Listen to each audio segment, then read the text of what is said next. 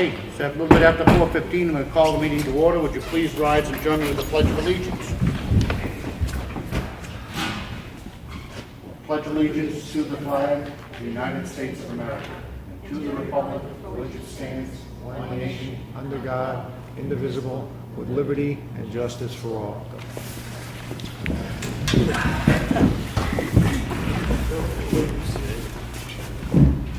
Roll call, Sam Martin, Martha Eldridge, Here. and Rick Morgan's here. Public input. Jonathan. I just want to speak on behalf of the deliberative session for the Governor Wentworth School District. The turnout was dismal for support of the warrant articles. The warrant article pertaining to the Budget Committee is now an advisory Budget Committee with a one-year term, so it basically has no weight. It's pointless. The tax cap was amended to 25%. Again, it's useless.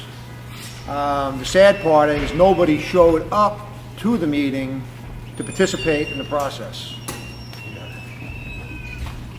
So here we stand back at square one with, nothing's changed.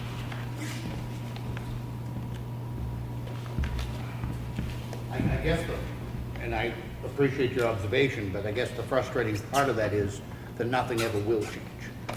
Because if the deliberative session is allowed to amend, for instance, the tax cap at 2%, and they all laugh and amend it to 25%, a meeting which is stacked, quite frankly, by teachers and supporters of teachers, then you will never change that. The advisory budget committee portion, to be honest with you, doesn't upset me that much to start. It will be a start.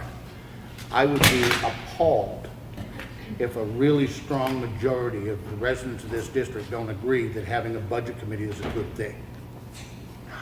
I can't imagine the argument against it. But just the advisory portion is just that, advisory. Mm-hmm. But if you think about budget committees in general are advisory. Yes, it's there under the Municipal Finance Act, like our budget committee, it's their recommendation that goes on the warrant, but it is advisory. And the voters can change that. Correct, but the difference is the budget committee, whatever they propose to the school board or finance committee now has zero weight officially. It's going to be the school board or finance committee's budget rather than the budget committee's budget going to the people. But unless you change legislatively the rules surrounding SB2, Right. if the budget committee came in with a recommendation contrary to what the school board wants, how long do you think that's going to hold up at the deliberative session? Again, it goes back to people showing up. Everyone that complains about their taxes has to show up. You don't participate, you get the government you deserve. That's a fact. Ed. To add on to that, the issue that happened at the deliberative session revolves around RSA 40:13C, which prohibits only amendments that eliminate a warrant article's textual subject matter, not amendments that may change the intent or purpose sought to be achieved by the article's drafters. That law tried to get amended by, in 2017, HB 1389, which would have made the law say that you cannot change subject or intent at all, that the petition warrant article must remain exactly the way the drafters wrote. But that failed in the legislature, so that didn't get changed. So Do you know what it failed? How much it failed by? Do you have any idea what the rate? I could check that. But what happened was a resident of Deerfield put in a warrant article to make a welfare officer, either to make that person elected rather than appointed. So it's similar to the elected budget committee and advisory. And so she brought it all the way to the Supreme Court of New Hampshire, and they wrote, the subject matter of the articles encompasses the broader question of how the town should fill those two municipal positions, by election or appointment. Therefore, because the amended warrant articles did not entirely eliminate the subject matter of the proposed warrant articles, the amendments did not violate state law. So their interpretation of existing law was that at deliberative session, the people that show up can change it. And honestly, that's not really a bad barrier to have, but if the 80 people or so that signed the petition showed up on deliberative session, it would have overtaken the 70 that were there, and the amendments would not have passed. So the system still would have worked if people felt confident enough in the change that they went to the deliberative session. Now, the makeup of the legislature now, this would never change. So let's say if I resubmitted the contents of HB 1389 to make it no subject, no intent can be changed, we have to get it through the legislature. So as the law is now, it's that deliberative session is it. So we had enough people, this is enough taxpayers in the other towns that could have overridden the people that were there, but it didn't happen. So, and you're correct, an advisory budget committee may be a step in the right direction, but the school board did not approve it or recommend it, and it'll show that on the ballot. So how much that will help, I don't know, but Plus, it's a one-year term. yeah. By the time you get to understand the budget, you get removed from the budget committee. Well, it depends now how they're appointed. No, it would have went to if it went in place as it was drafted, you would have went to a 3-year term after your first year. Now it's a 1-year term period. Every year, it's a new, you could be a new budget committee member every year. That's how they changed it. But who appoints Representative? the school board? The moderator. The moderator? The moderator does the first time around. Interesting. Ed? Just real quick. It's not a very positive statement, but if you were there and it's on camera, you can go watch it in all its glory. It was the laughter that I heard, which you can hear in Dolby Stereo right now.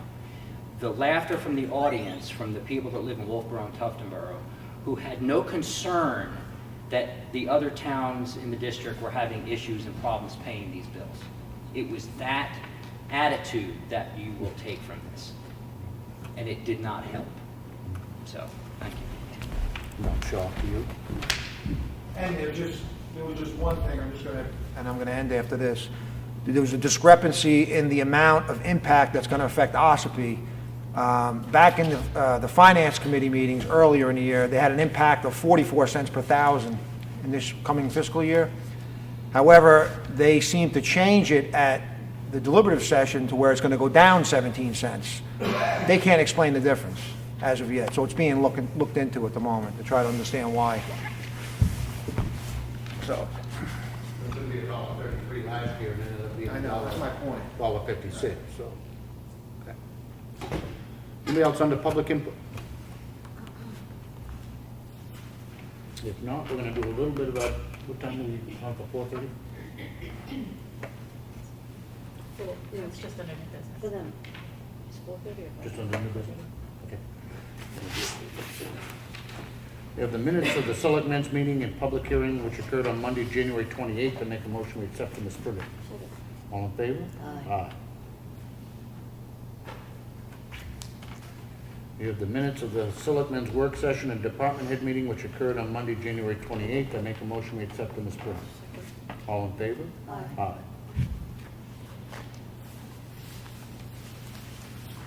We have a payroll reimbursement request from water and sewer in the amount of $3,251.55. I make a motion we sign it. Second.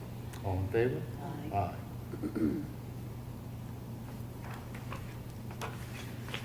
We have check voucher totals for this week. Payroll for week ending 2/2 was $148,236.05.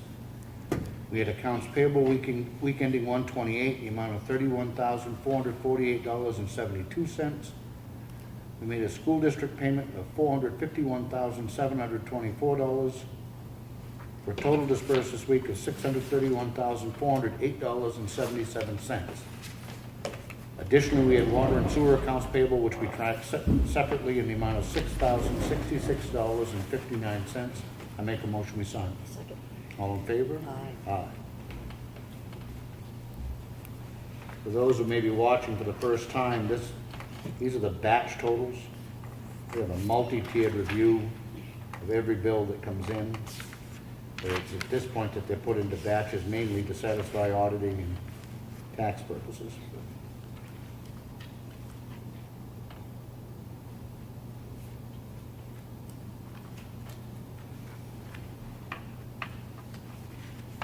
Neither responsible for developing a scribble or signature.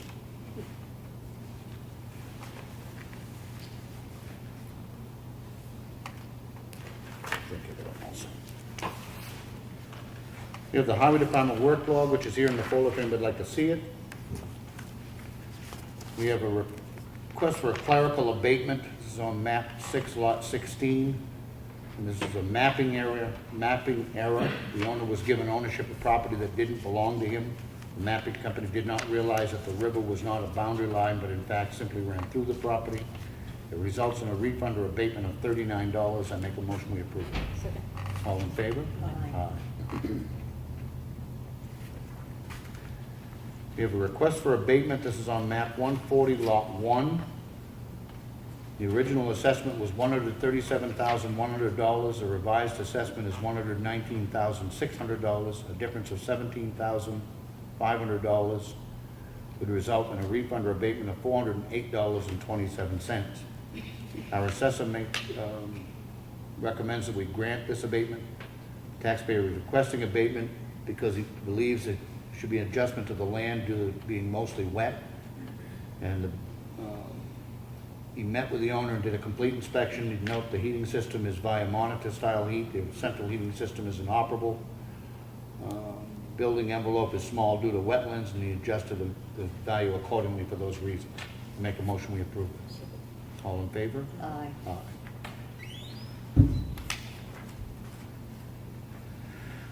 We have a request for abatement. This is on map 53, lot 57. The original assessment was $224,500. The revised assessment is $195,100, a difference of $29,400, which would result in a refund or abatement of $679.14. Our assessor recommends that we grant it. We met with the owner, did a complete inspection, noted there was that the cathedral area was not listed in the sketch. There was only one bedroom. The area above the garage is open studs.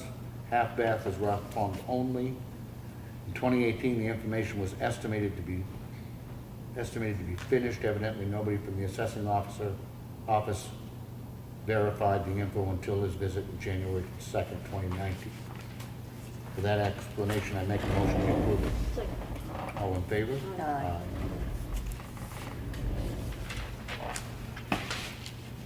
Last week, we held two public hearings, a public hearing for two proposed ordinances.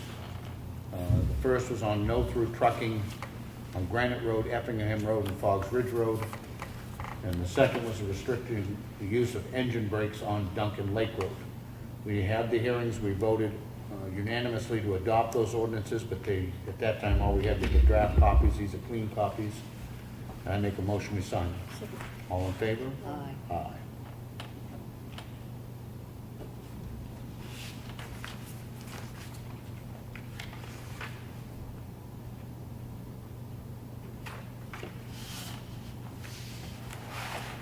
We have a application for an elderly exemption, which has been reviewed by the assessor. Person meets the requirements. I make a motion we approve it. All in favor? Aye. Aye.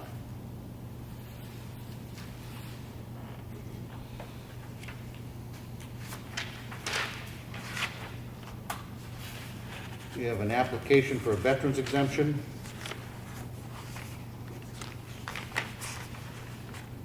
It's been reviewed by our assessor. The person has provided the necessary documents. And in fact does qualify. I make a motion we approve it. Second. All in favor? Aye.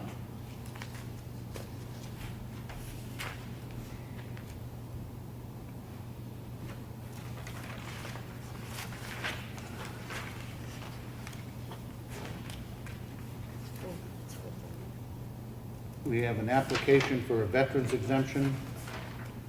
Actually, it was an application for a disabled veterans exemption. This is a 19. You signed 18. Well, I'm doing 18 and 19. Good job. The person, he's recommended that we deny, the person is not permanently disabled.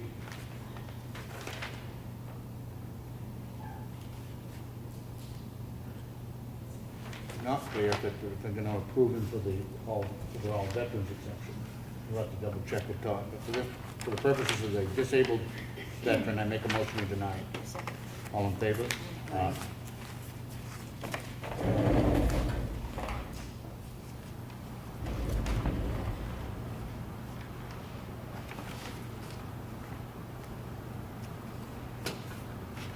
It's 4:30 and I don't want to hold these folks up, so we're going to stop working on the red folder, and you could introduce yourselves and please, welcome. Hi, I'm Victoria Chase from the Department of Transportation, and I have quite a few people with me, so I appreciate you fitting us into your red folder. Absolutely. And so that goes a second, and everybody says aye. We're finished, right? So I have with me several people from design. So Maggie Baldwin and Cassie Burns are here with me from design, and Toby Reynolds also from design. And then we have people from our traffic bureau. We have the DOT traffic engineer, Bill Lambert, and Mike O'Donnell, and I don't know his title.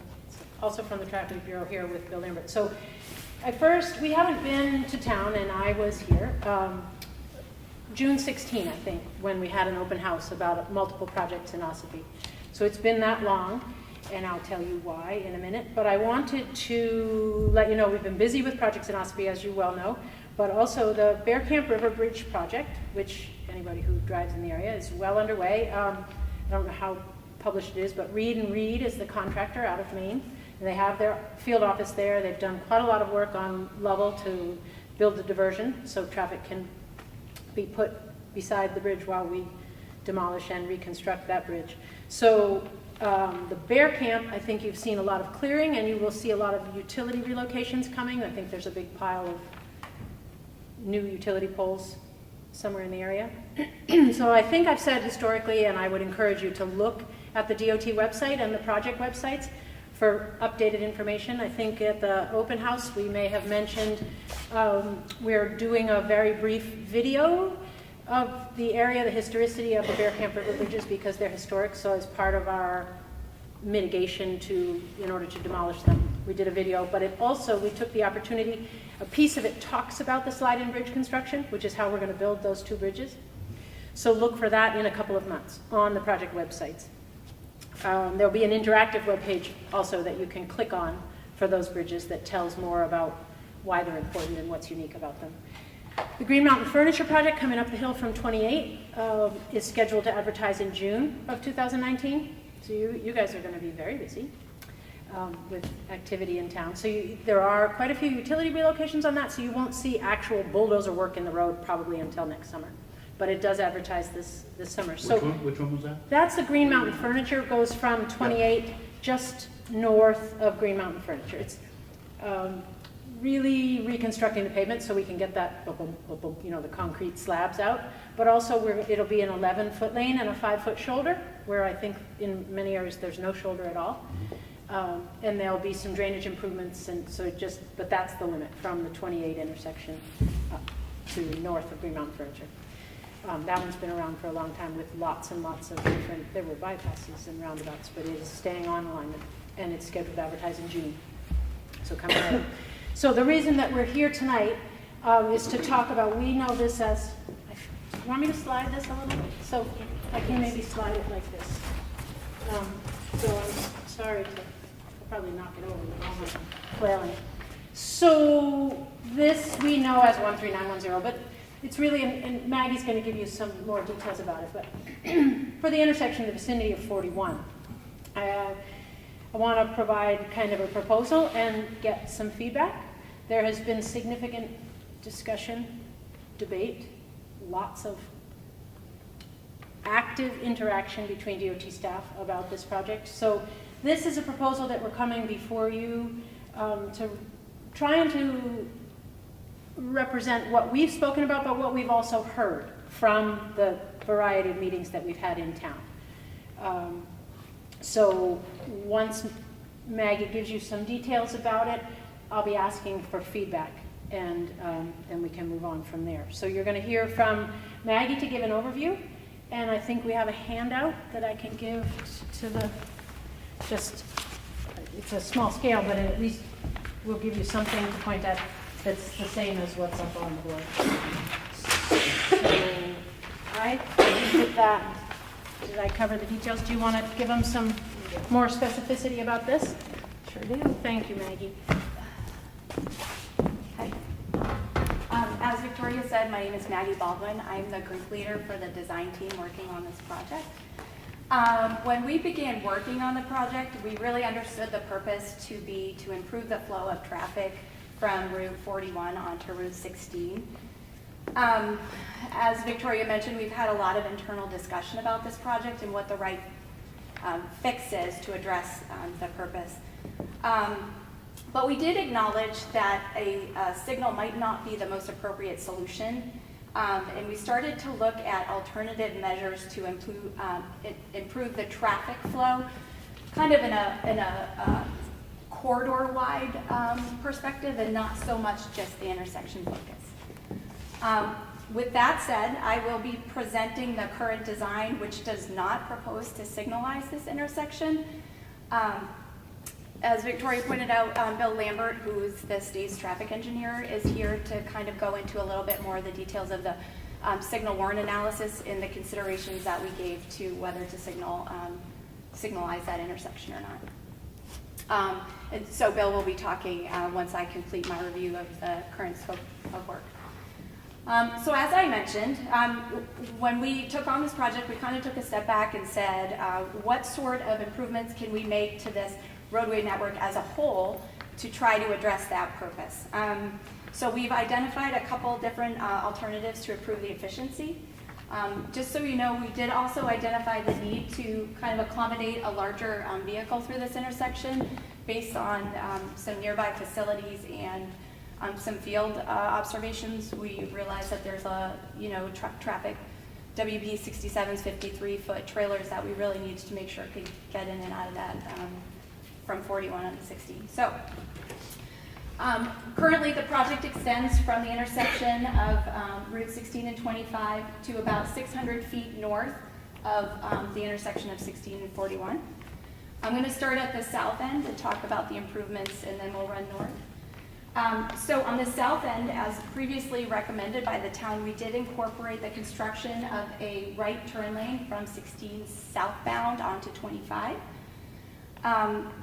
We also are proposing to do some upgrades to the signal in this intersection. That includes replacement of the cabinet, the controllers, the signal heads. Both the right turn lane and the upgrades to the signal will help kind of improve the efficiency and capacity of this intersection, thereby reducing the delays on Route 16 southbound.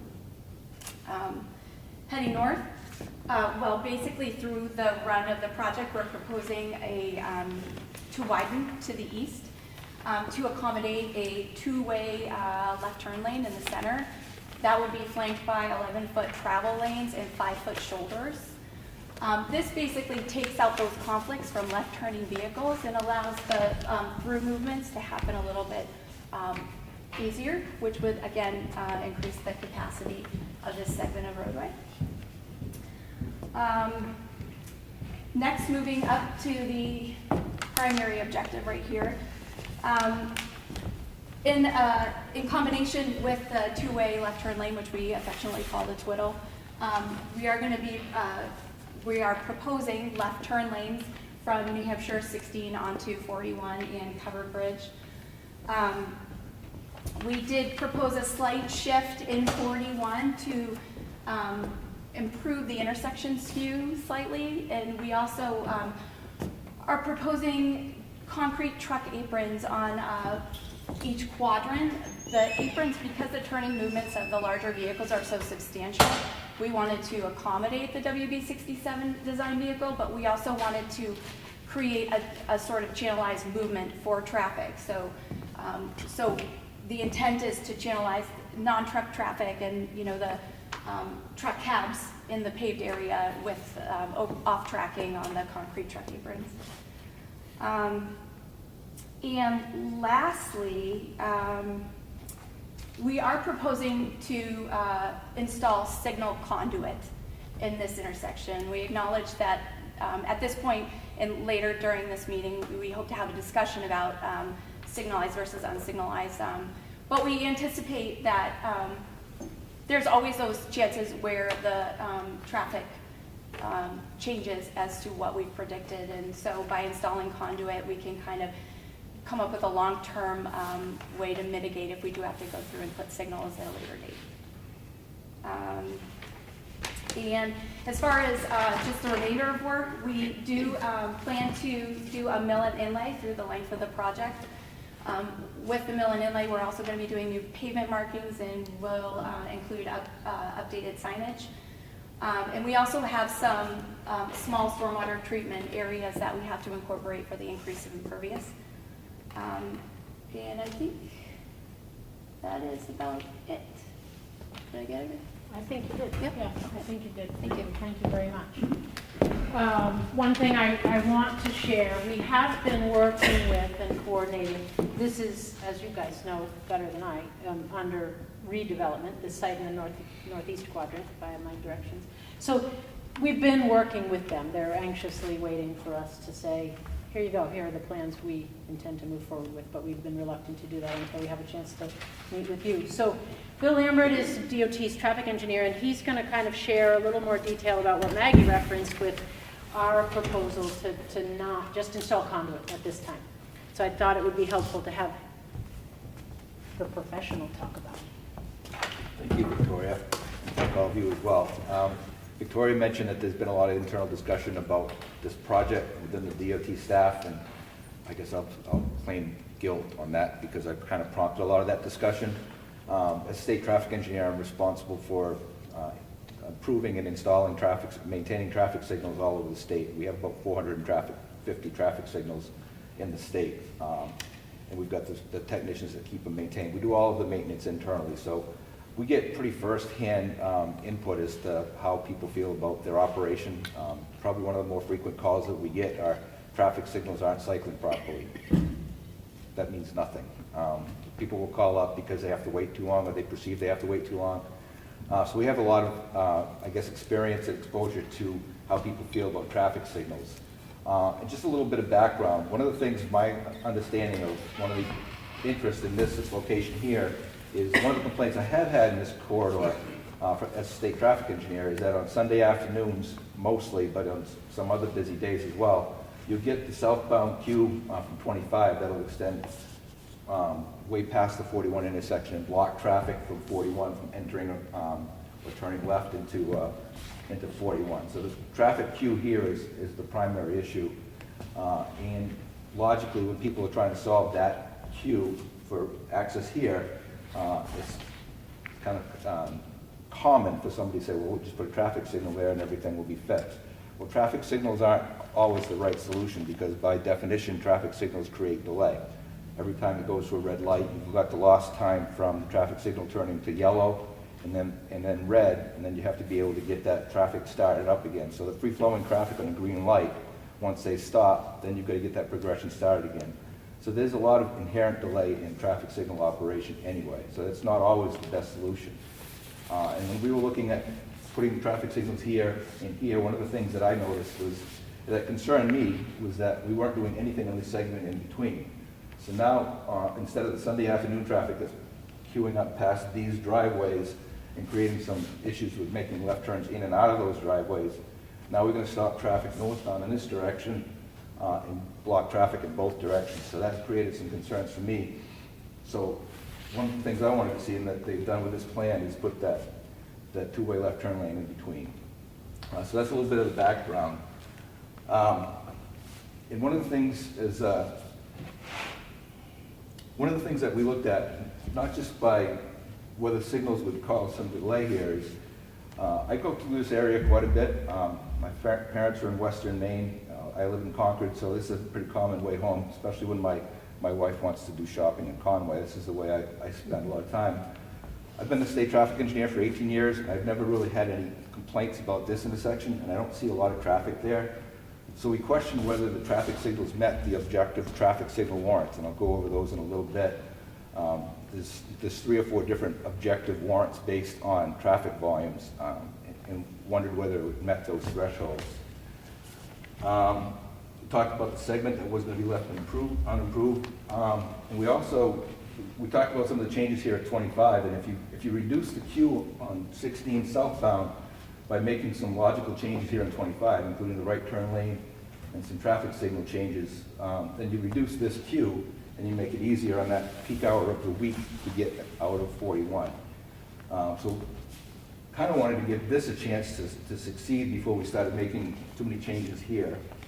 And then lastly, one of the things that brought this to our attention is that we've been recently taking a harder look at traffic signals in locations where they don't meet warrants. We've had a lot of locations where traffic signals may have been installed in the past, and we've actually removed a number of them where 2 different conditions have occurred.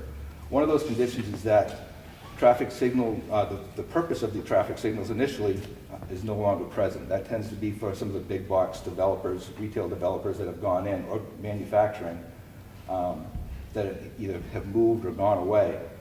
Examples of that where we've had traffic signals in the past, but we've removed them since then, were the Hitchner Manufacturing Plant in Littleton, Nashua Corp in Merrimack, there's a Shaw's Grocery Store in Gorham.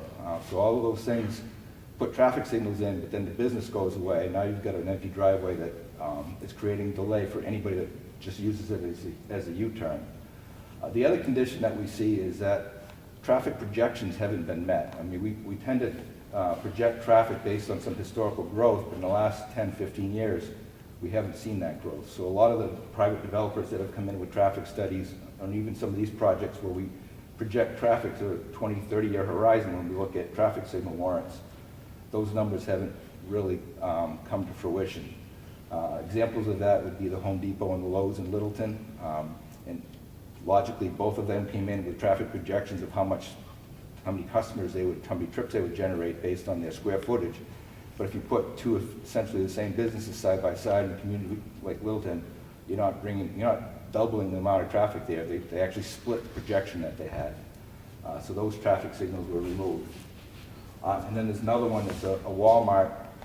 That was the original Walmart location in Hinsdale that came in and demonstrated that they were going to need traffic signals.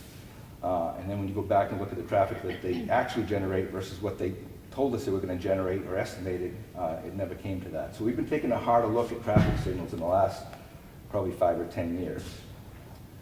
So with that, we did a traffic signal warrant analysis of this intersection based on the current traffic projections normalized to design hours. And there's 3 essentially different traffic signal warrants that we look at that are based on traffic volumes. The first would be the 8-hour warrant, and that's broken up in 2 different categories. So when I say 3 or 4, the 8-hour warrant is primarily when you've got heavy volume on the through route and heavy volume on the second route, the intersecting route, so that you create excessive delays on the intersecting route. So you want to meet those traffic conditions for 8 hours in any given day.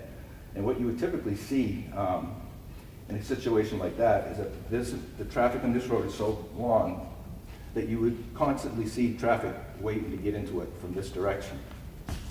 The second part of that 8-hour warrant is if this volume is so high that even with moderate volume on the through route, you get an excessive delay in this. So that's an A and B condition on the 8-hour warrant. So we looked at that.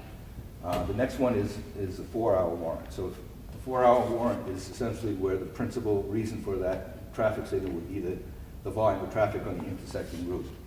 And for the 4-hour warrant, you'd have to meet the objective conditions for 4 hours of a given day. And then the third volume warrant would be the peak hour warrant, which really doesn't apply to a situation like this, because the peak hour warrant, it would be for a place that generates a lot of traffic all at once, once or twice a day, like a school, a big school, or industrial business park. That doesn't really apply to this area, and the peak hour warrant is very seldom used for traffic signals, or to justify traffic signals. That being said, there's also in the Federal Manual on Uniform Traffic Control Devices, there's an opportunity to use a reduced warrant, so that you got the numbers that are in the book, but you can reduce that number to a 70% value if the location is, I always have to read it because I haven't memorized it. If the location has a posted or statutory speed greater than 40 miles an hour, or if the intersection lies within the built-up area of an isolated community having a population of less than 10,000 people. You can ask 12 traffic engineers what that means, and you'll probably get 12 different answers. So that's a very hard one to justify the 70%. A lot of times that's how the retail developers who get a lot of advantage from having traffic signals at their front door will make the justification for installing them, is that they'll use the lower volume numbers because it's an easier threshold to meet. I've got Mike O'Donnell here who works for me. Mike's done a lot of research on that, trying to figure out why they even have that in the manual.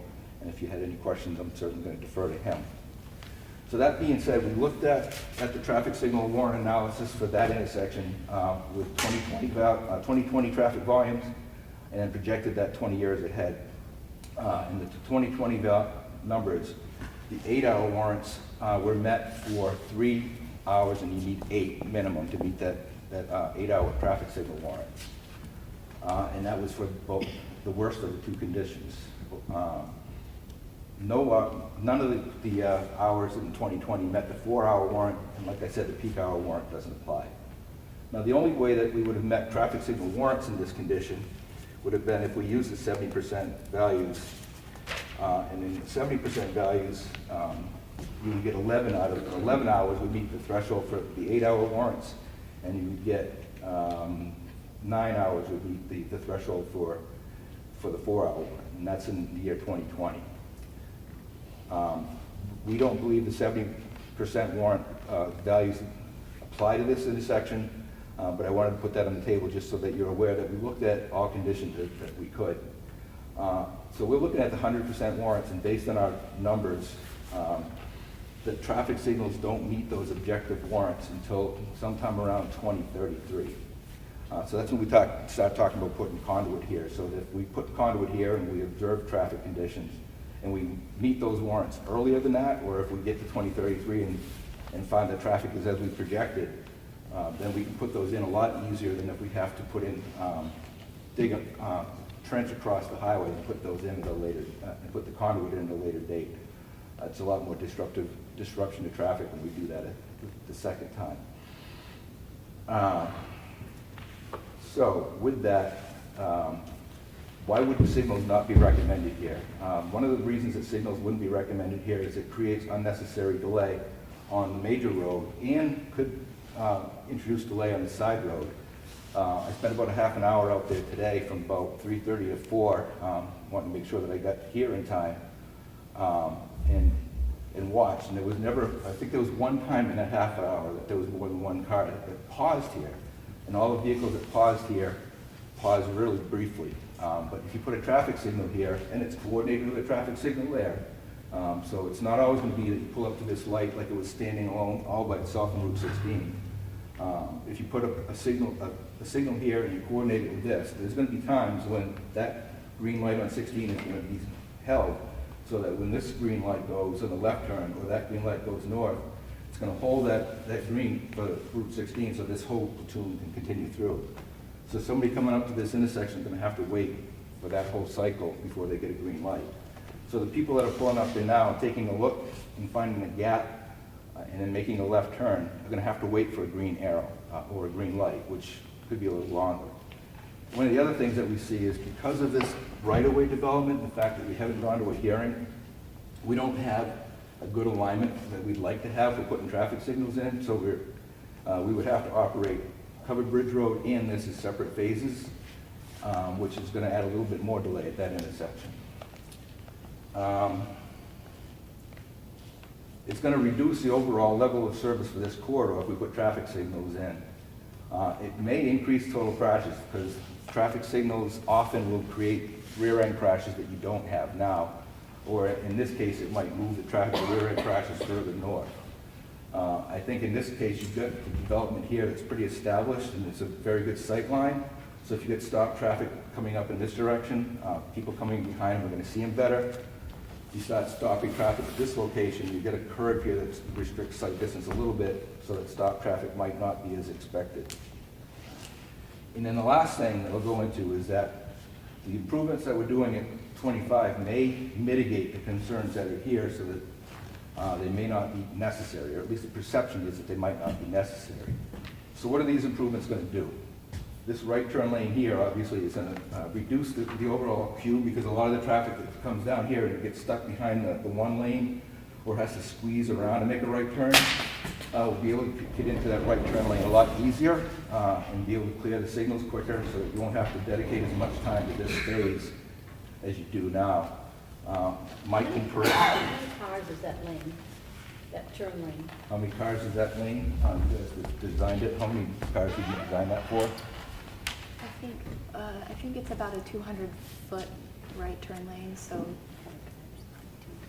Yeah, so it's about 10 cars. It's 200-foot right turn lane. So that this queue would have to come back quite a ways before you would block that right turn lane. So that would improve that. By changing all the equipment in the controller, we can run this northbound left turn as a permissive protected phase. So if the traffic volumes are light, it would have a flashing yellow arrow. When they pull up here, if there's a gap, they can make that left turn without having to stop traffic in the opposite direction. I don't know if we have any of those around here, but we've been using permissive left turns for a long time because they're more efficient. But if you do it with a green circle instead of a flashing yellow arrow, people presume that the green circle means that they have the right of way and will cut in front of oncoming traffic. Now that we've adopted the flashing yellow arrow, the people, if they don't understand what that means, they err on the side of caution as opposed to being more aggressive. So by making that, allowing that permissive left turn movement, we add some efficiency, shorter cycle length, so that this signal can operate more efficiently.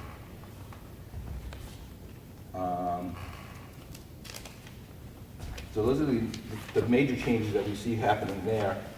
The level of service that we evaluated, by having 2 traffic signals instead of 1, the average delay for the corridor was going to be increased by almost 3 times, because you've got the two signals that are operating so close together that have to operate together. So actually, by having 2 signals, we were going to reduce the overall level of service.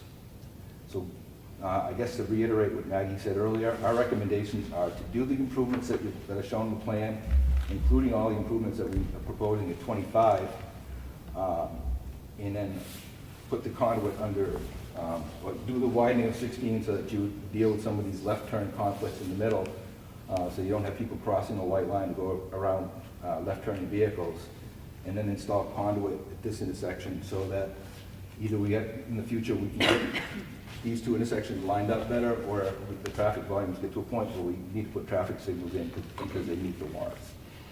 And with that, I don't know if you're... That's fabulous. No, thank you. So I'm thankful that they could make it with me, because I couldn't have done the explanation that Maggie and Bill did. But, so you've heard our proposal, and the hope is that with the details that they've provided, you can give us some feedback. Are you comfortable with what we've proposed? Or do you have questions? You've got people who have giant brains sitting here My willing to first answer question some is questions. somewhat in jest, but does the DOT ever just look at an intersection and say, yes, it needs lights? And I say that in a little bit of jest, because actually it was 17 years ago,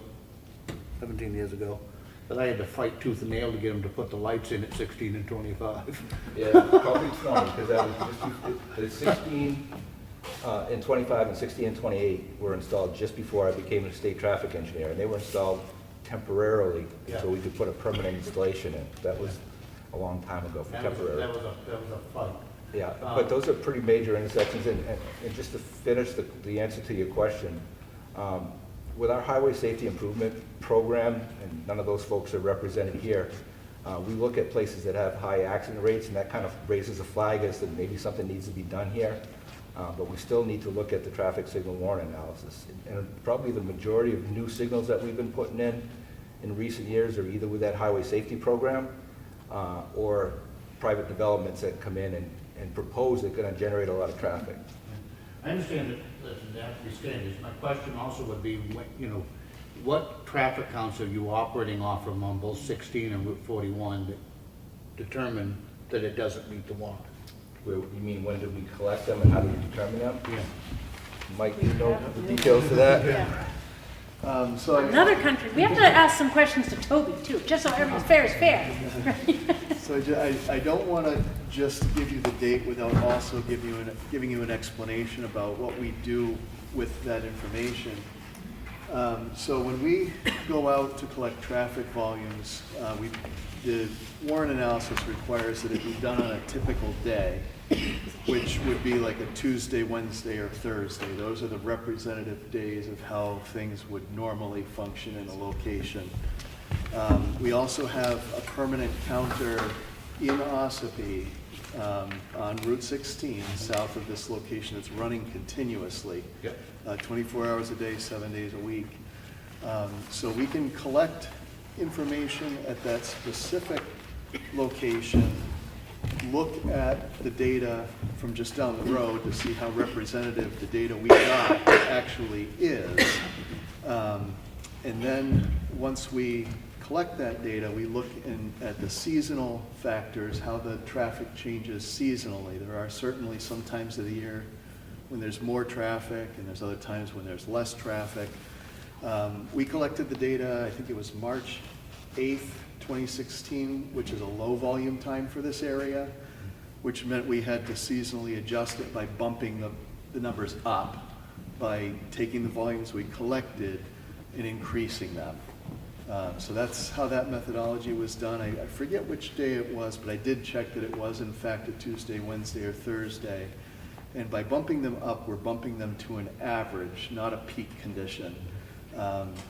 We're not trying to account for Christmas seasons at shopping malls, 4th of July weekend in resort areas. That's not the objective of the warrant analysis. So that's why it's adjusted to average and not peak.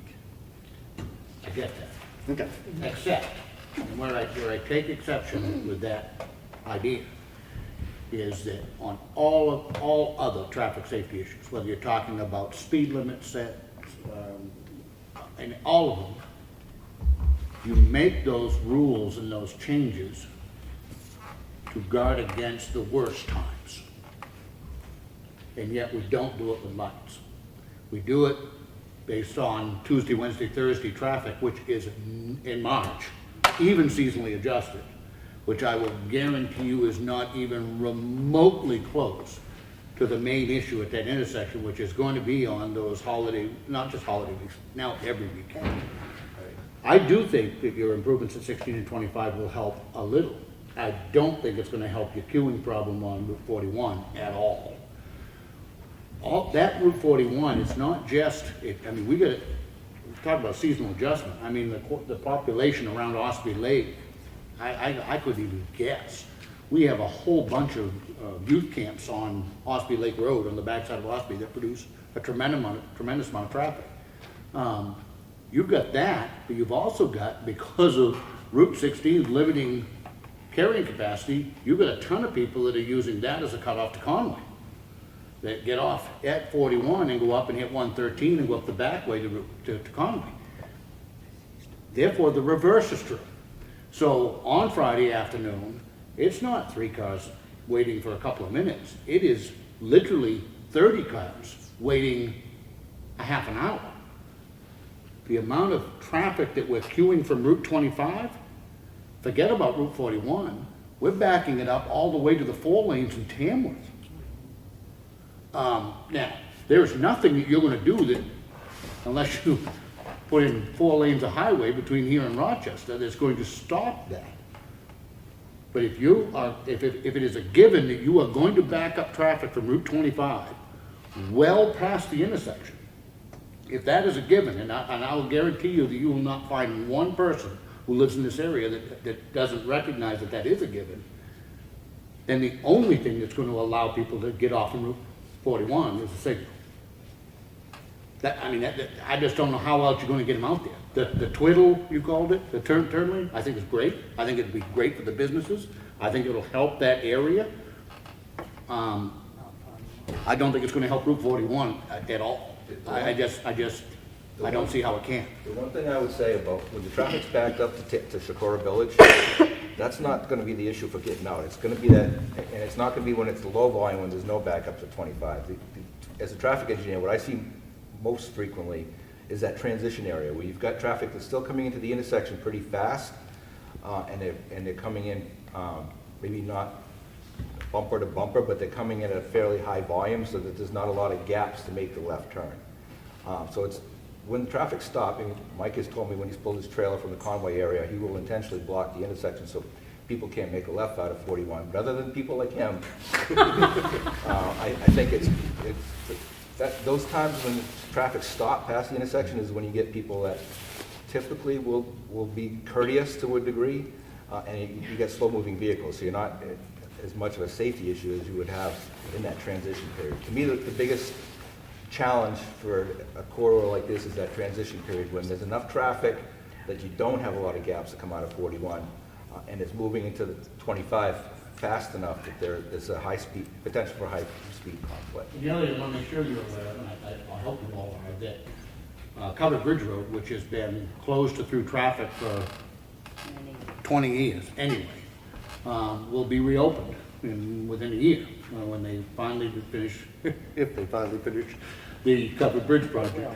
It's 10 years and $2 million, but that is going to then open that road to through traffic again. So right now, what you've been dealing with, for all intents and purposes, is a three-corner intersection, because the only people that went down into Covered Bridge Road were just the very few people that live there. I anticipate not only is the rehab of the bridge going to attract certainly some people, as the rest of the covered bridges in the state do, you are now going to have people who are going to want to use and had traditionally used Covered Bridge Road as a shortcut to get over to Route 25. So when that is reopened, I have a lot of concerns that it's going to maybe exponentially create more problems in that intersection, because now it's not just people turning left. It's going to be the person on 41 that wants to go, is headed for 93. Well, instead of going down and getting stuck at the light, I'm going straight across the intersection and going across Covered Bridge Road. There was a lot of discussion internally about that. I mean, it's hard to project what kind of volume that's going to be without the bridge being open. I think it's as people learn it's there, Right. these problems, and I wouldn't tell them. I mean, I'll be the first to admit that I take 113 in from Shakur to cut this corner off because it saves a lot of time. But I don't know, as a driver that uses this pretty frequently, if I would personally use Covered Bridge Road to go around here, but it all depends on what's going on at the intersection. And I think that right turn lane at 25 is going to address a lot of that, the backups and delays that people are seeing with the signal now. They'll be able to pretty much see that signal and know whether it's going to be of any value to them to try to bypass it. We're hoping that by making some modest changes to 25, maybe not modest, but adding a right turn lane and changing the phasing and the northbound lefts, that we're going to eliminate the desire to try to bypass the signals, that it's going to be shorter to go to the signal and make essentially a free right turn than it is to try to cut through what we call Tier 4 or 5 road. This back up, I'll take the street before and go up and go back. Right. I come out of there and I want to close my eyes sometimes when I drive out. I just want to shut my eyes and say, it's going to hit me, it's going to hit me. Because you sit there for 15, 20 minutes and you can't get, people will not let you out.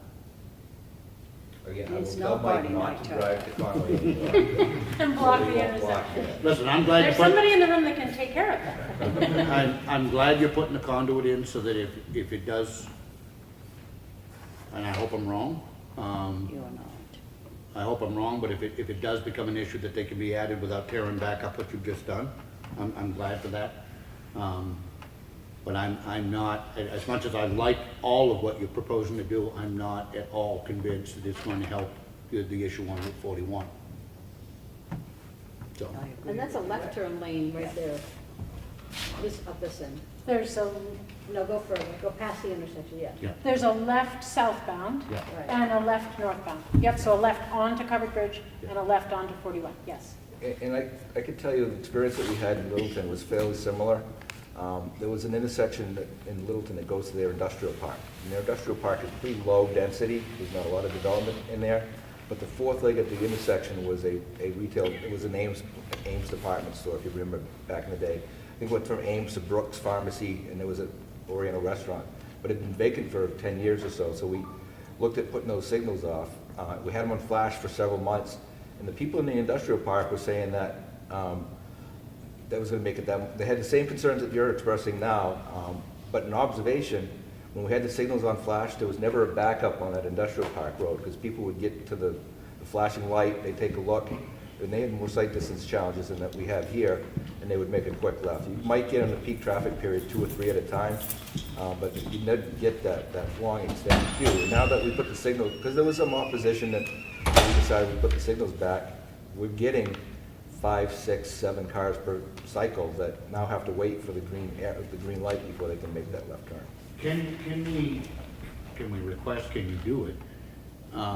And when is this proposed actually to be done, do you know? I mean, and I'm not. This is part of the circular 10 years. debate, right? So we're here tonight, and I'm hoping we can leave with guidance and that we can all kind of agree how to approach. If we can do that tonight, and we can get clear guidance about what to walk away with, what are we moving forward with? For example, if you agree, we move forward with this proposal, as shown, the plan, we have about, our estimate's about $1.5 million, so I have enough funding, and our plan is to advertise it late summer, early fall. So in this federal fiscal year, so August, September, they're gonna, if you can see the stink eye they're giving me, so August, September of this year, it takes us a few months to get a contractor on board, so you wouldn't see construction until 2020. But that has, I need to go away with some guidance from you guys to do that. I personally like everything you proposed. My concern is the absence of the signal. And what I would ask, if we can do, is certainly give you a recommendation on doing all of what you're doing. But can we continue to look at not the Monday, Tuesday, Wednesday, but to look at, to actually get some hard data on just how badly that is backing up on the weekends? Can we do some Friday, Saturday, Sunday traffic counts? Thursday's become our Friday. Thursday night is just as busy as Friday. But, so that we can take a harder look at those numbers, and I'm wondering if the seasonal adjustment, if you're taking just the Route 16 down, and you're using that to calculate the seasonal adjustment, I'm not sure you're getting a realistic picture of what's happening on Route 41. The chief is sitting there shaking his head. I'm not sure you're getting a realistic picture of what's happening on 41 because of the impact of those folks from the lake and the number of people that are using it as a cutoff to Conway. And the campground, which is what, doubled or quadrupled in size there. One thing I can say about that, from my perspective, if we do proceed with that work, I can certainly try to get it. The problem is when everybody's stopped, you can't count them because you're just sitting there and you're like 1, 2, and you're like, all right, there's 50 on July 4th weekend, but there's 1,000 in March. So we can certainly try, but sometimes it is more reliable to get the data when it's free flowing and then go to another free-flowing location to see how many were free-flowing there and then raise it all up. Okay. But But isn't at that the least, whole point? but couldn't we at least get some accurate traffic counts on Route 41 in the not Monday, Tuesday, Wednesday in March? Yeah, when that time comes, we can put our heads together and think about the best way to obtain that. Maybe we even just try another month where traffic is free-flowing and adjust that month up and see how it's different from what we did in March. I don't want to speak for Victoria, but I think the design team, if they're going to advertise in the fall, is going to need to keep making progress on that, including my staff that designs the signals. So that being said, we would probably have to design almost to have a set traffic signal plan in place, ready to go, and then do the traffic counts when we get warmer weather, we can get the accurate numbers and then make the determination before we advertise whether that plan sheet goes in the project or not. So I would say. So they're not from my- mutually, I guess what I'm saying is they're not mutually exclusive, right? I mean, you can proceed with what you need to proceed towards this plan. We can move forward, and I can say with confidence, we could advertise this summer, fall with the proposal we brought forward. If we need to step back and do more analysis and come back and talk with you, that can't happen. There just isn't, that's the reason it's been 3 years since we've come. Okay, well, what I'm saying is we're putting the conduit in as part of this project for life. Correct. So there's nothing that, if it takes us until next year, if it takes us 2 years, to convince you that maybe a light ought to be in there, then you can go back and add the lights in a separate project. It shouldn't delay this one, is I guess what I'm saying. I think Bill made that commitment, yes. Right, I don't know whether it's the next year. Well, I'm not holding you to that. Right. I'm Yeah, saying. yeah. I don't know the time. I don't want, what I don't want to see happen, I don't want to see the state come in and do this and say, see, we took care of the problem and leave. I'm not convinced, and I've got a fair amount of experience there. I'm not at all convinced that you're going to help the issue that we've got on Route 41. I just want to make sure that we're going to continue that conversation down the road. And I think that was your commitment, not only at this intersection, but the monitoring of the intersections, and then the HSID.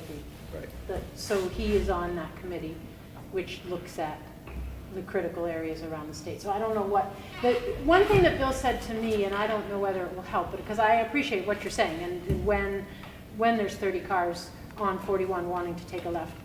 But what Bill, and I think maybe you can talk about it, is all the other times. So a huge percentage of the time when everybody else is trying to move through here. You talked a lot about the negative impact to those people, right? And that they have to wait. Yeah, And they get frustrated, and then they make silly mistakes, which I'm sure you can appreciate. Oh, yeah. Like, Yep. because they sit there, why am I sitting here? There's no one around. I'm going to go out, and then then horrible things happen. Yeah. So I don't know, I didn't say that well at all, but. Well, you did. I think we all understand. Listen, there's a downside to every traffic signal. Right. I mean, again, I remember back to fighting for those ones at 16 and 25. We had a lot of people who didn't want them. I mean, this is the country. We don't need traffic. We all know that this isn't the country anymore. And the minute we put those traffic signals in, it not only stopped and slowed down those intersection accidents, it helped us for 1.5 miles on either side of those lights. So I'm concerned about 41. I'm concerned about what happens when we reopen Covered Bridge Road.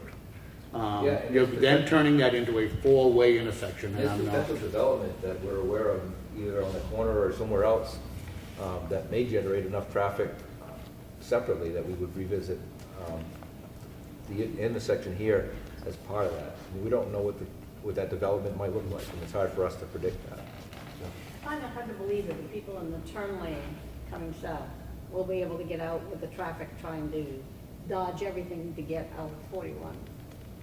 Say that again? You have people going south in that left turn lane going onto 41, but you've got 30 cars on 41 trying to come out.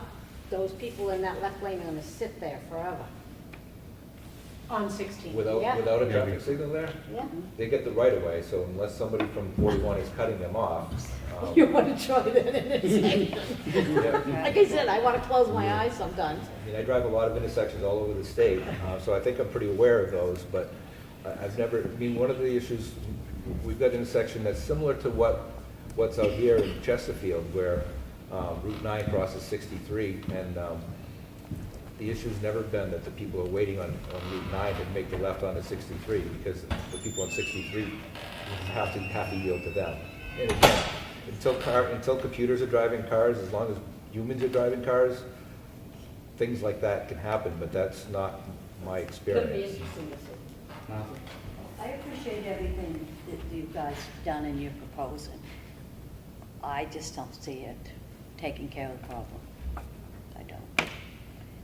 I don't think you realize how much traffic Route 16 has on a typical day. I don't care if it's Tuesday or Friday. It's unbelievable. I'm retired now, so I mean, lots of times I would go to the store, go wherever I go, and I say to my husband, where is all this traffic coming from? Where is everybody going? It's middle of the week. I'm sorry, and I don't mean to be critical. I just think that's very temporary. It won't be enough soon enough. But the change will be in place if it's necessary to put those lights in. Yeah. I mean, I think you're Still gonna have to put see. foundation, board of steel, and put signal heads. It still would have to be a project. So it's not as though you guys could say to us, please look at it. Bill says, okay, yes, we agree, and the next month. No, it would be a period of time for us to gather a project together, and so. Anybody else want to, anybody else have an observation or question? Yeah, you got property right there. Yeah, a couple things. I mean, obviously, a lot of work and thought has gone into this, so I certainly appreciate all of that. I think we all agree that this area of town is, has been underlooked in a long time, so it's great to see that things are changing. A couple things. I would ask the selectmen to ask DOT to consider, at this point, the possibility of sidewalks. If that's a possibility, if that's on the table. The pedestrian traffic, which isn't counted, is growing rapidly. We have a lot of businesses that have employees that live nearby. There's a lot of housing areas in that location, and you have a lot of people that are walking more and more. My office is literally on the corner there. It's on the southwest corner of that intersection at Hobbs, and I think we're lucky that there hasn't been the fatalities that we've seen in other intersections of this town, but I can tell you, because my window literally looks at that intersection, it's becoming more and more of an issue with the 41 cutaway to Conway. I'm noticing that just being a local here, knowing that back in the day I could take that cutaway and be like, yeah, I'm gonna save time. No longer do I save time. It's actually quicker to go a different way around the lake than it is to go that I'm telling you exactly. I'm not saying it. I'm not saying it. Bridge Road, it goes over the lake. Yeah. Bridge Road. But you know, it is a concern of mine because people have only been lucky that there hasn't been a serious accident at that intersection. Just this past summer, we did have an accident that was off of 41 going west, went across Route 16. Luckily, no one T-boned that person and went down into our ditch or gully that's over there. I mean, went right in between two-foot trees. It was a 7-10 split. They somehow made it around those trees. But I would ask at this time if the selectmen would consider asking the DOT to at least look at the possibility of those sidewalks. That would hold up this project.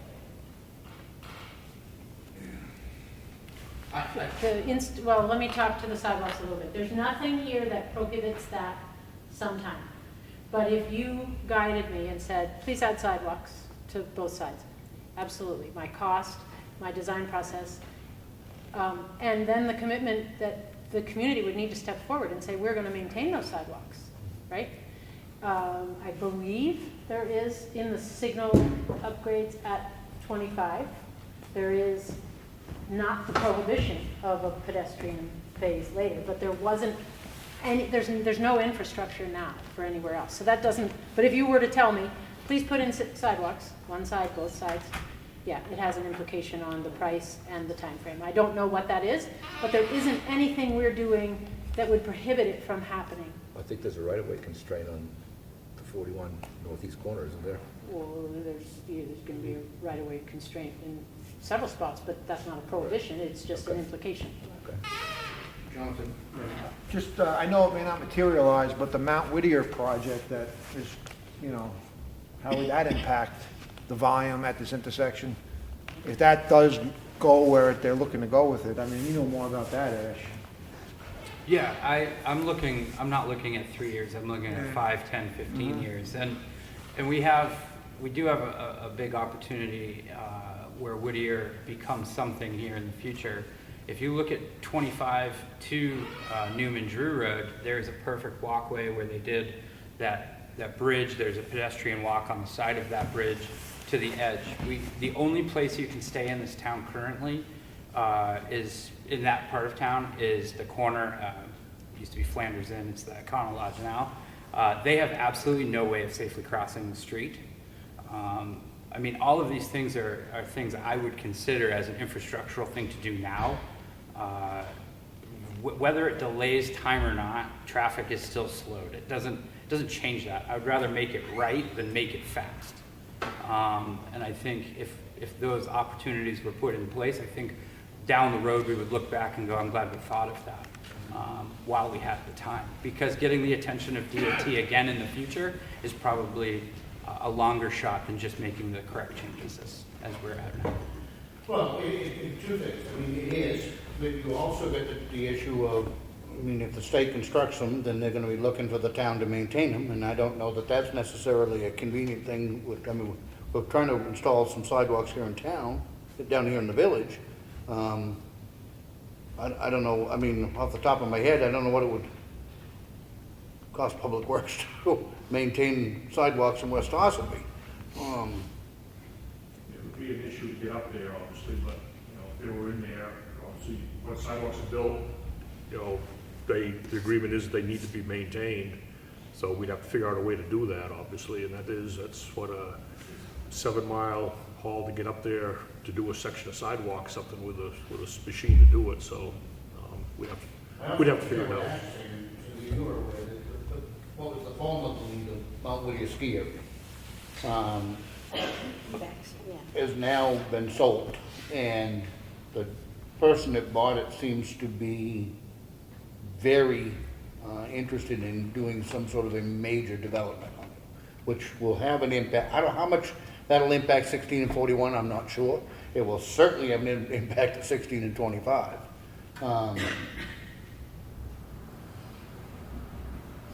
I don't know. I like what I see. I want to just make sure that this isn't the end of what we're doing there.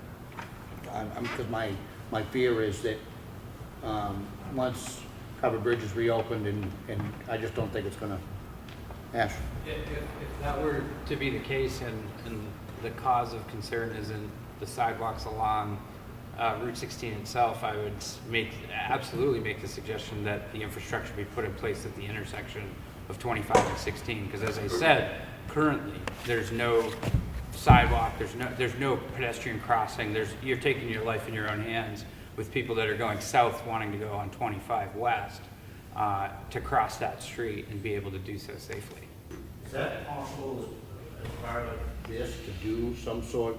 I mean, we're pretty close to it. Can we do a pedestrian crossing from the hotel as part of this? I'm glad we have Bill here.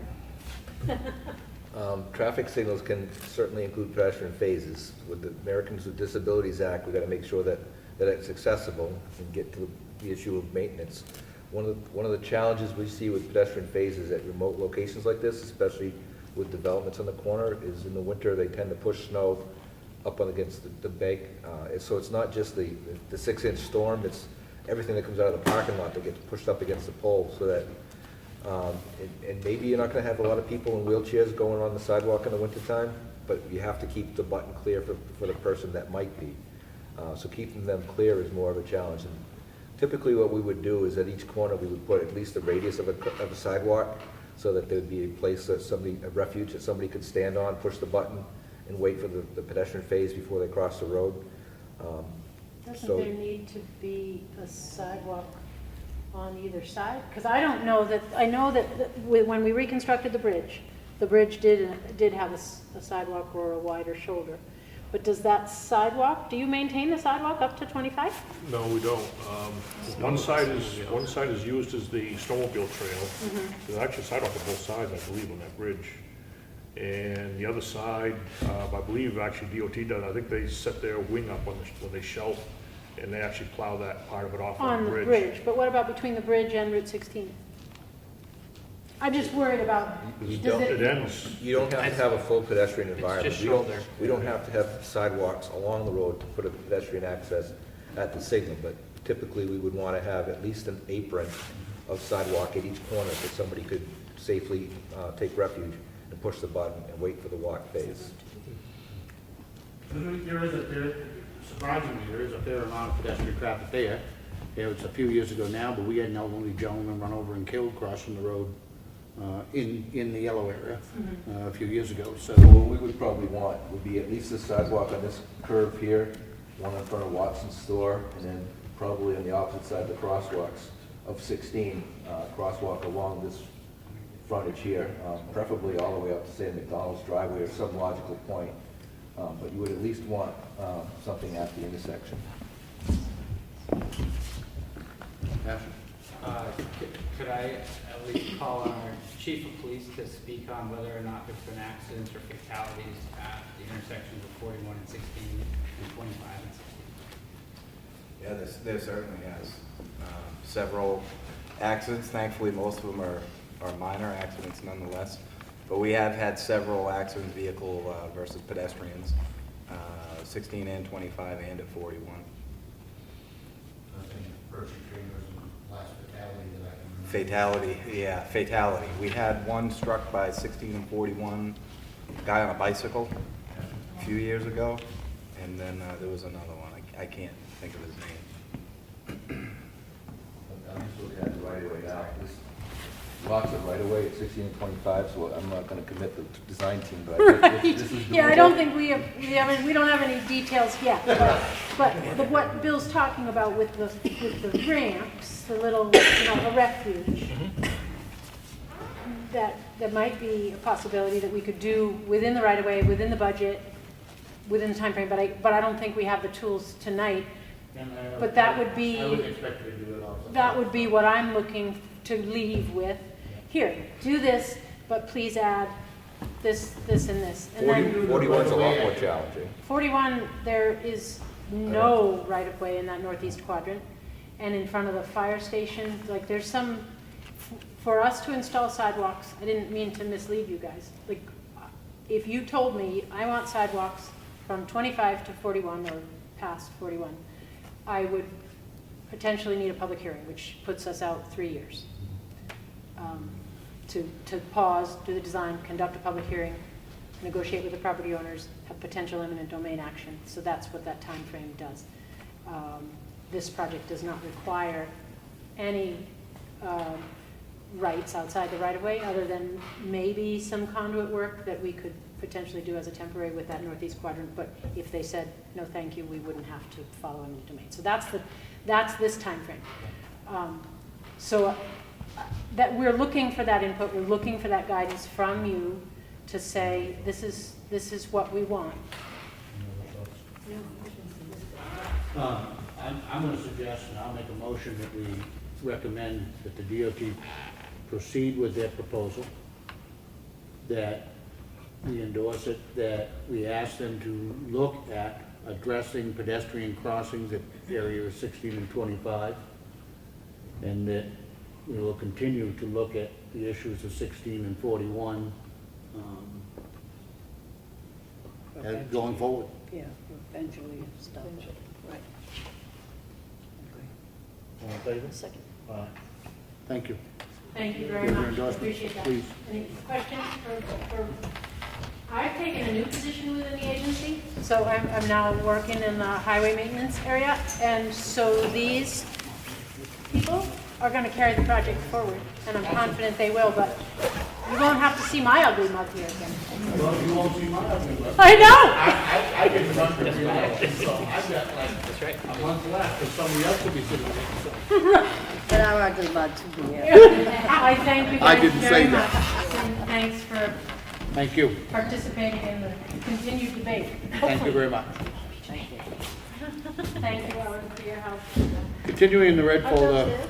Mr. Chairman? Yes. I heard an audible second. I didn't really hear an audible. I said vote. second. I know, it was I'm your sorry. second. All in favor? Aye. I thought there was, but I may not have been. Thank you, Bill. You might have been quicker than me. We have a copy of a letter that was sent to the Effingham Planning Board from a resident of Duncan Lake in opposition to the sand pit expansion over there. It's here for if anybody would like to look at it. We have a contract for use of facilities for a birthday party. They want to use the gym, tables and chairs. Schedule's been okayed by Craig. They've paid a deposit. Make a motion to approve. All in favor? Aye.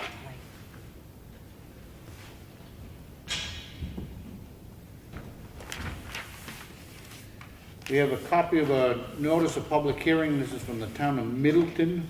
It's the zoning board of adjustment. We're being copied as a butter. Meeting is regarding an application submitted by Blue Sky Towers LLC for a variance from Article 27, Section E, height setbacks and separation requirements in the Middleton zoning ordinance. It's here in the folder if anybody would like to look at it. We have a notice of public hearing from our zoning board of adjustment. There'll be a public hearing February 12th at the Freight House.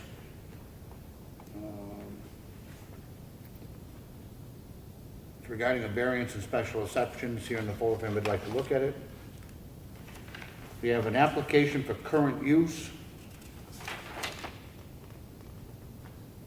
I don't see the map in lot. On Route 16, it's an 18-acre parcel of land. It's been inspected by our assessor who's approved it. I make a motion to sign it. Second. All in favor? Aye.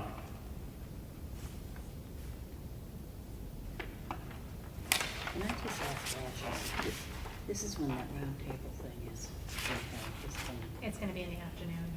So, Yeah, 1:30 to 2 for this. so this should be all over, Yeah, I think the round table's scheduled from 9 to noon. okay. We have a letter from a resident in Granite who was in favor of the no-through trucking ordinance that we just passed, but also wanted us to include Circuit Road as part of the ordinance. His concern was that the vehicles would come down Circuit Road to avoid Granite Road.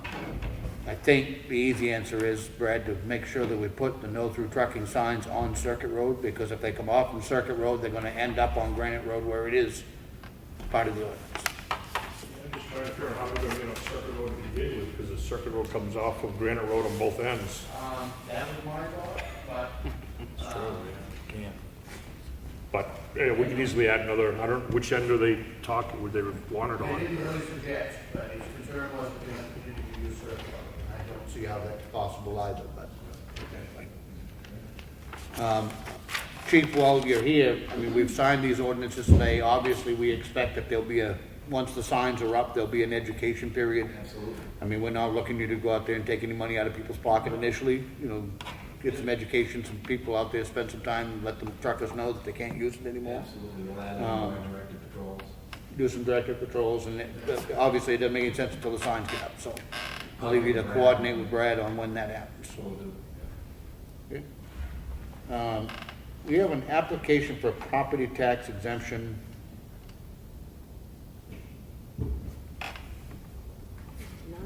Which is, our assessor has recommended that we deny it because it was filed after the deadline. Ash, I'd like you to take a peek at this one. I don't want to act on this. I'm going to make a motion, we table this for the night, because this is on the new tax exemption that we just voted in. I'm not clear that there is They have to file by December 31st. for the previous year, correct? No. It's your abatement period, so what's that, April 1, December 31st? Because this is very different than a normal, this is a case where we as a town voted in that we're going to give this tax abatement, or basically a reduced assessment, for the new construction or new businesses. Why then is it restricted by the same deadline? I mean, if they build the addition in February, why wouldn't that start when the addition was built in February? Without, you see what I'm saying? This doesn't make any sense to me, the way that we're looking at it more as a traditional abatement when it's not. I think it boiled back to, I think I know which one that is, and I think that boils back to reading RSA 7281, which is the one we had passed. And I'm not sure, I haven't looked at the verbiage in that yet, but whether or not it says it's based on the town or municipality's tax abatement schedule, I have no idea. But to me, your logic is sound. It should just be abated. Is it an abatement or an exemption? It's neither, actually. What that statute allowed the town to do was to adopt an incentive for businesses to add on, or for new businesses coming in, where they would be assessed at 50% rate for up to, well, we chose to do the max, 50% for 5 years. The original is 10 years, we went to 5. Okay, well, so we took 50% for 5 years. My point is this: if somebody comes in whatever month they come in. If they come in February and buy a new business, from the moment they buy that business, in my mind, they ought to be taxed at half rate. That's what we have voted to do. But That's they what the have- townspeople But do. they have to apply for it. They have to apply for it. But why the Why deadline? is there a deadline? I'm looking up the RSA right now. Okay. Because you got 12 months. I mean, how can you tell them in April, oh, you gotta wait till next year before you do your business? That's not right. Or to buy it. It should start immediately. I'm gonna table it tonight, and we can look at that, and no, there's no great rush on it, so. Sorry to interrupt. What the RSA says is the percentage rate and duration of the exemption shall be granted uniformly within that municipality to all projects for which a proper application is filed. It doesn't actually give a specificity to specify any given period of time. I think it's really, I'm not an attorney here, but I think it would really be up to you to decide. And I hope you're right. Yeah. That's what I think this board. Yeah, the exemption shall take effect in the tax year beginning April 1st following its adoption, so. We may need to clean that up with policy here, in between us and our assessor, but it just doesn't seem to me that it should be, it seems to defeat some of the purpose of what it is we're trying to do. So, we'll work on that. I'm not gonna recommend that we deny this tonight. Let's table it till next week. I'm sorry, but I won't be here next week. We can just drop that one. Yeah. Lots of them. A regional impact notice of public hearing. This is on with Gilmington Planning Board. We'll conduct a public hearing beginning at 7 o'clock on Thursday, February 14th. And this is regarding an applicant industrial tower and wireless. See if anybody'd like to look at it. We have a water and sewer warrant, and it's to allow the tax collector to collect $108.86. I make a motion we sign it. Second. All in favor? Aye.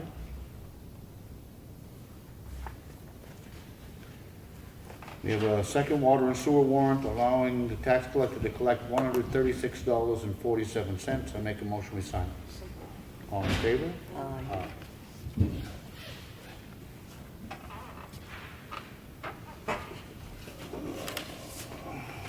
Any more old business? Oh, no, you never said anything about ski last week, either. Ski, did you? I don't know if you know. Old business? New business? Public input? Anybody?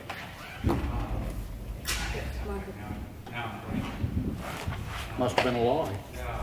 It's been a long week, it's only Monday. A couple things have come up on our board for the Economic Development Council regarding the sidewalks coming to Center Ossipee. We were hoping we could see what exactly is being nailed down for lighting. I know that Joe had been in here at one point, maybe even Phil, but no one's really clear on what the actual lighting is that we've agreed upon, or what the town, you as a select board have agreed upon and going in to be installed. I don't think we ever got there. Well, I'm glad I'm bringing it up then, because I think that way spring is only right around the corner, fingers crossed, and we should probably have this conversation then, so we can nail that down. We're not wasting any time. What we've done is very conceptually look at where we thought the lights might be needed, and therefore come up with a number. But I don't think we get any farther than that, other than, than a very rough estimated dollar amount. Right. But then it was just a case that, and I would encourage, you folks to jump in if you have any ideas, or you can find some information. I know Brad had some information on some lights. I just didn't want to be redundant. Yep. No, but I don't, but no, That would be great. but there has been no decision on an actual model or anything like that yet, so. Okay. Kristen? I was just wondering if there was any word on the skating rink. I come up on Saturday and there was 3 inches of snow out there. And then today it's bare spots, doesn't seem to be any ice. Just didn't know if, I had no idea. yeah, we came up Saturday to skate and there was other people here wanting to skate. And it was just, hasn't been taken care of at all. Thank you. Put that on the list for our director. I asked that last week. I asked that question last week. Give a good answer. Yeah, yeah, we did. I mean, I'd be willing to come up and flood it late at night, you know, help out, but. Okay, thank you. Thank you. Anybody else on the public input? If not, we've got scheduled coming up. February 6th, there is a budget committee meeting at the Freight House at 6:30. And on February 13th, there'll be a public hearing on the budget here at the Town Hall gym, and that's also at 6:30. So I've already told you I can't be there, and I will not be here on the 6th either. So if one of you can go to that and represent the Board of Selectmen, it would be good. I can go. I don't know how much I would help, not knowing, putting it together, but, I don't think I'm gonna be able to make the 6th meeting either. you know, I don't think so. I could show up, but wasn't part of the process, so I just not how helpful I could be, but I'll be there. What is it? I'm gonna be out of state, so I can't.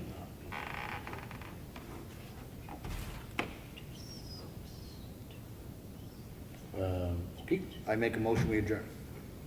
Second. All in favor? Aye. Aye. Thank you.